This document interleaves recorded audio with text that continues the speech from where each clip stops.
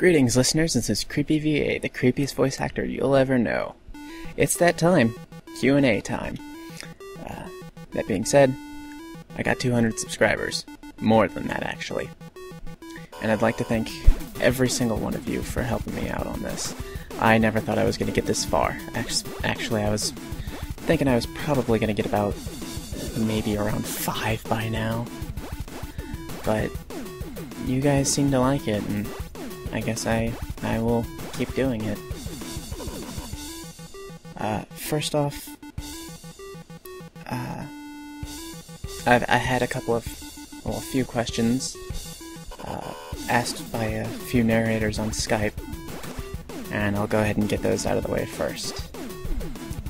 This one comes from Barnabas Damos.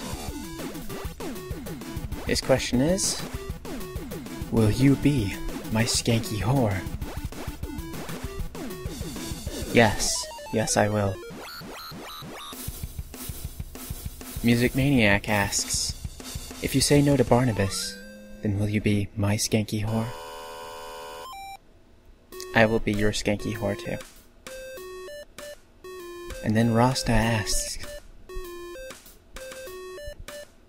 if you say no to Barn Burn and Quartet, will you be my skanky whore? Yes. Yes, I will. I will be all of your skanky whore. All of it. Right then, oh yeah, I forgot I should apologize in advance. I may not get your names right, so yeah. Kinsaran asks, what made you start doing Creepypasta? And originally I was going to do just plain old voice acting, like I wasn't going to do any narrating or anything like that.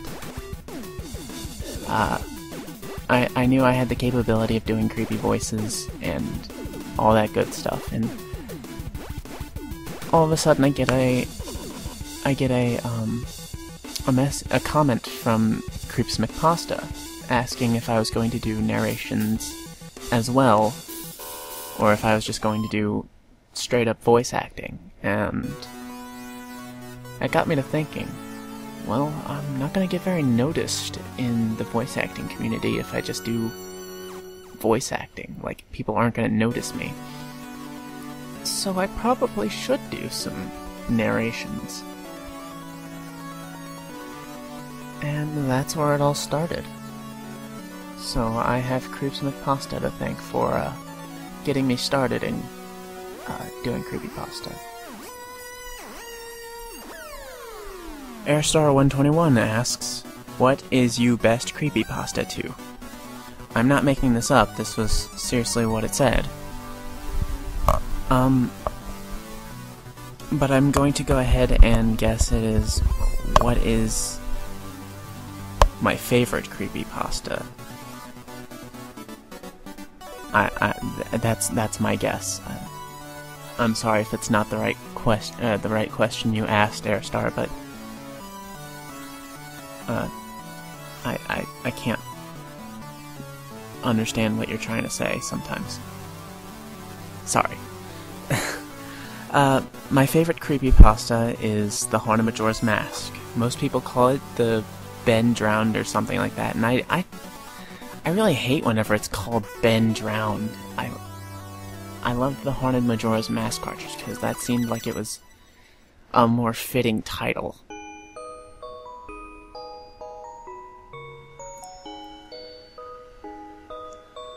Morals and Virtues asks, what was your most embarrassing moment? I remember going to a skate park. And, you know, I was with my brother and a couple of his friends, and we were all having a good time. They were skateboarding, and I rollerblade because I'm the cool one. So I'm rollerblading around, whatever, and I'm following my little brother around because he apparently knows the place better than I do. And we go by this little pillar-looking thing, and it has a shiny blue button on it. And I have one of those Dee moments where I just go, "Ooh, what's this button do?" And I pressed the button, and it ended up calling the paramedics. Boy, that was fun. Because I had to explain to them that it was an accident. And it wasn't an accident, I pressed it on purpose, because I wanted to find out what it did, and I was like, I didn't even see anything around it, like, this calls the paramedics, do not press, unless in case of emergency. And I was like, poke, dan, dan, dan, dan, hello, 911, can I help you? And I was like, oh shit. And after that, I kept on messing up a lot because I was just embarrassed. and all the people are like, you probably shouldn't have pressed that button, now it seems like you're gonna need a paramedic. I was like, yeah. Morals and Virtues also asks, what were the highlights of your creepypasta narrating experience?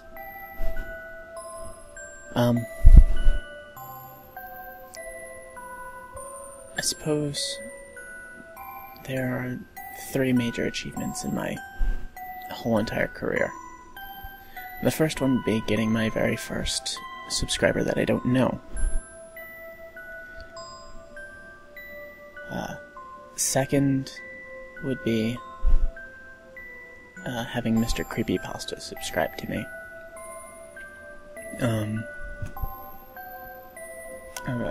I'd say he got me quite a few subscribers just because he subbed to me. And whenever he subscribes to you, you know you're at least doing something right.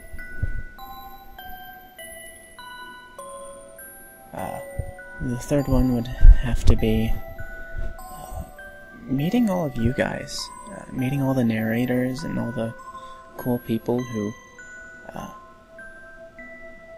like my videos and stuff like that. It's just really cool meeting new people.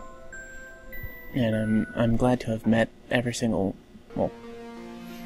glad to have met most of the narrators, and I'm glad that I've met all the cool people I have. Rose Carrison asks, what's your favorite kind of creepypasta? Also, who is your favorite narrator? My favorite kind of creepypasta is one of those, I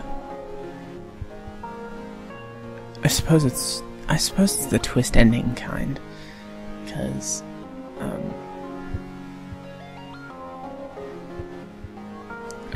I think that,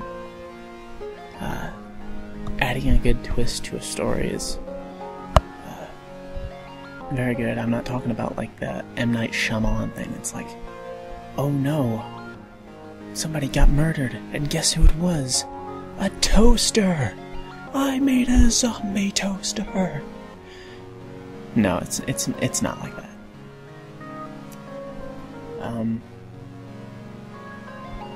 As for who my favorite narrator is, I'd have to say it's a tie between either Mr. Creepypasta or Creeps McPasta. I know a lot of people are like, oh, everybody likes Creeps McPasta and Mr. Creepypasta.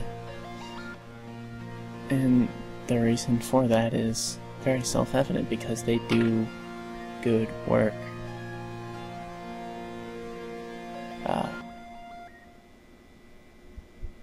Actually, I've listened to a lot more Mr. Creepypasta than Creeps McPasta, though. I suppose it's because Mr. Creepypasta was the first narrator, well, pretty much the first narrator ever.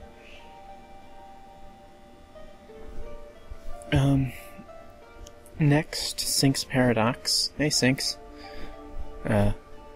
He asks, if you have, what was your favorite pasta you made? And that is a good question, because I have made a pasta. I've made a couple of pastas, but none of them have ever been sent to the Creepypasta Wikia. My favorite story that I've made was Red's Tale. It was the very first one, and it was the one that was so delicately crafted to my persona, and then I was just like, I don't want this to be my persona. Actually, my persona was originally inspired by a Tonberry mixed with a black mage from Final Fantasy. And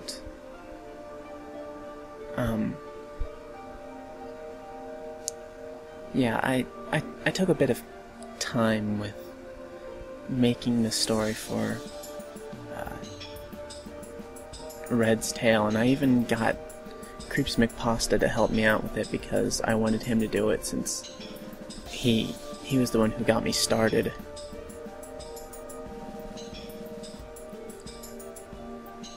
Barnabas Damos asks, "You got my question. I demand you answer it." I demand you answer it! And I have answered it. It was the very first question I answered. Fine, a real question. If you could forever speak like a certain creepypasta, or even any horror genre character in real life, which would it be? And I don't mean, like, just the voice. I mean the idioms and expressions. And I read this from the first day that I saw the question, which was the day it was first posted. Because let's face it, I'm not famous. I have time to look at all my comments. Anyway, I took my time trying to figure this one out, and I came to the conclusion that I'm not much of a talker. Which is weird coming from a narrator, isn't it? Anyway, I'm not much of a talker, so I guess my if I could forever speak like a certain creepypasta character, it would have to be Slender Man, because he in no way does anything, yet he can convey the feeling of fear into people's hearts and souls, and, you know, he doesn't even have to do anything.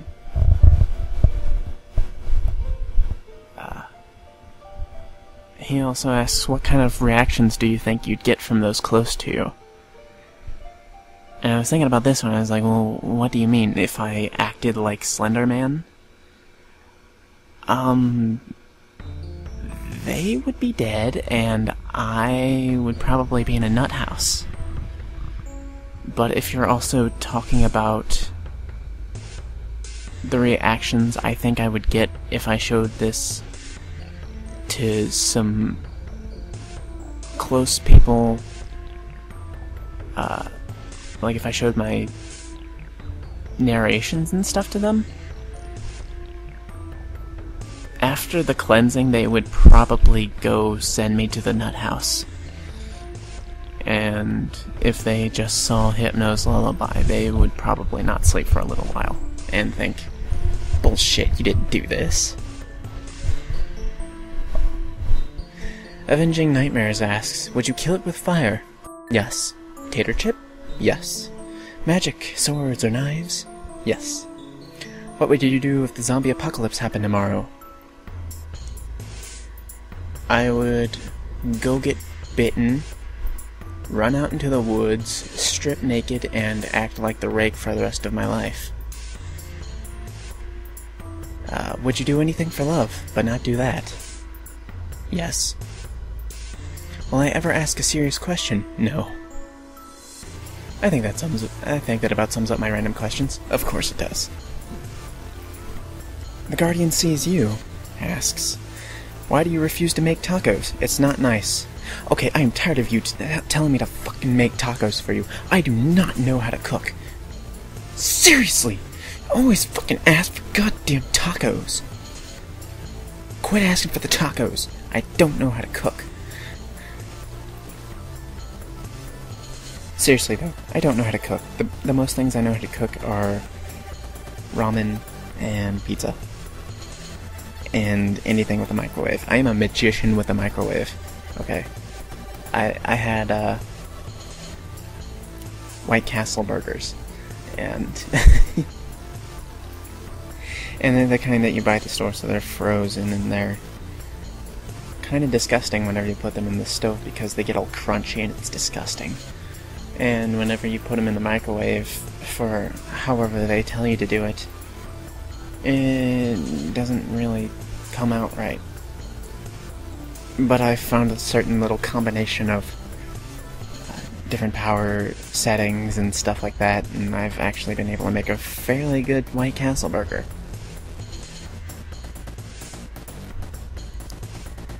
The Guardian Sees You also asks, also, what do you look for when looking for a new closet to rent?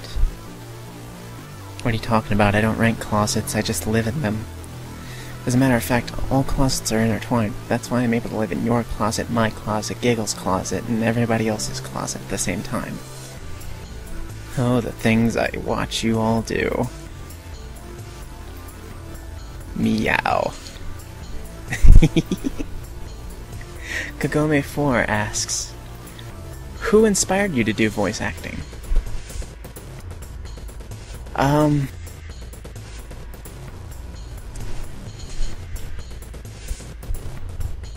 I would have to say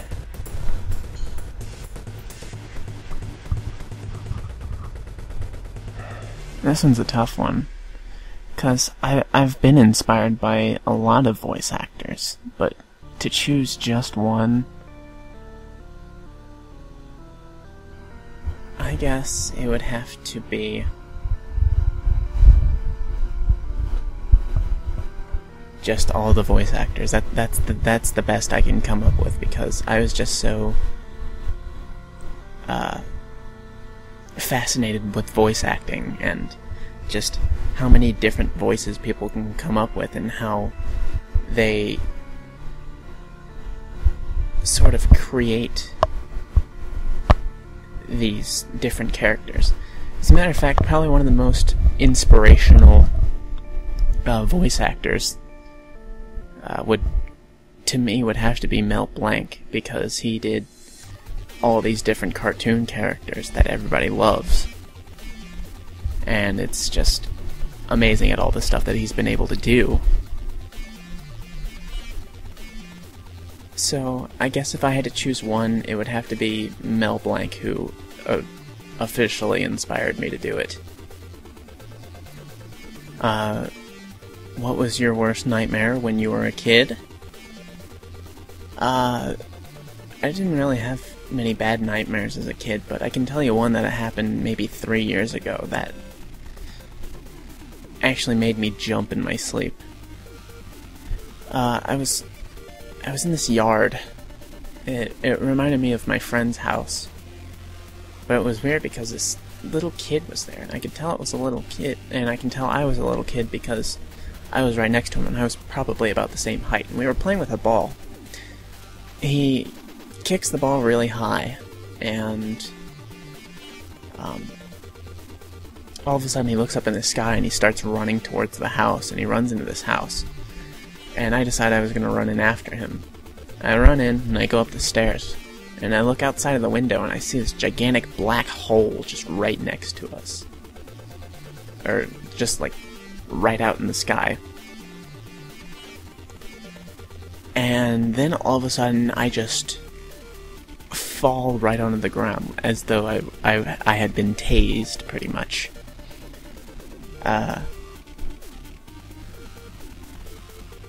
And then the only thing I remember before waking up was that I could feel myself being stretched from the waist, and it was very painful, let me tell you, because I can feel things in my dreams. And yes, I've had those kinds of dreams before, but let's not get into that. Anyway, yeah, I woke up, just kind of like yelped, and I knocked all this shit off my stool that I had used as a nightstand, and it was right next to me, and I just like jumped and flailed around and just knocked the stuff off stool. Kagome4 also asks, if you could have any two Creepypasta characters as allies, who would they be? I would have to say the Rake and Slenderman, because they seem to be probably the most useful, depending on the situation. Dr. Creepypasta asks, can I interest you in this thing called sleep? I heard there was a shortage around these parts. Pfft, sleep? Sleep is for squares. And old people. And I'm a rhombus. Buddy Cartoon Girl asks, would you ever work with someone as a voice actor? And I have worked with other people as a voice actor. I do not mind it. I would actually love to be working with a bunch of other people as a voice actor. I just need those opportunities. Which, I've only been asked to do a few things. Namely, Rainbow Elric, Dr. Creepypasta, the guy who I answered the last question, Sync's Paradox, Morals and Virtues. Yeah, I've done things for a few people.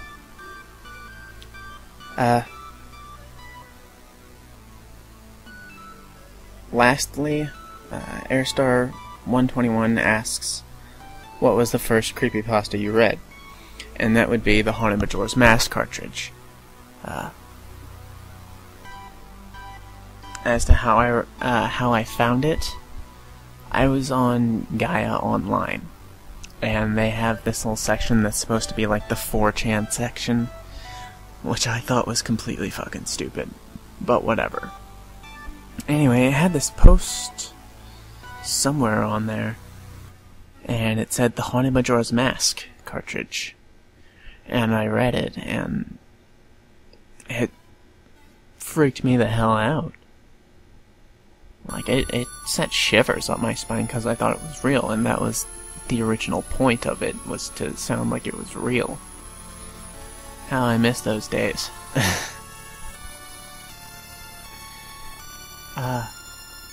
I ended up going to my brother's for a little while, and coming back, and I found out that they had videos of it by the creator of the pasta. And I watched those, and I ended up getting into this little society of the ARG, just getting into the community and all this good stuff, and then it was just such an unfortunate thing for it to end, because it was doing so well and people were following it to its very end. And just the way it went out, it was just horrible.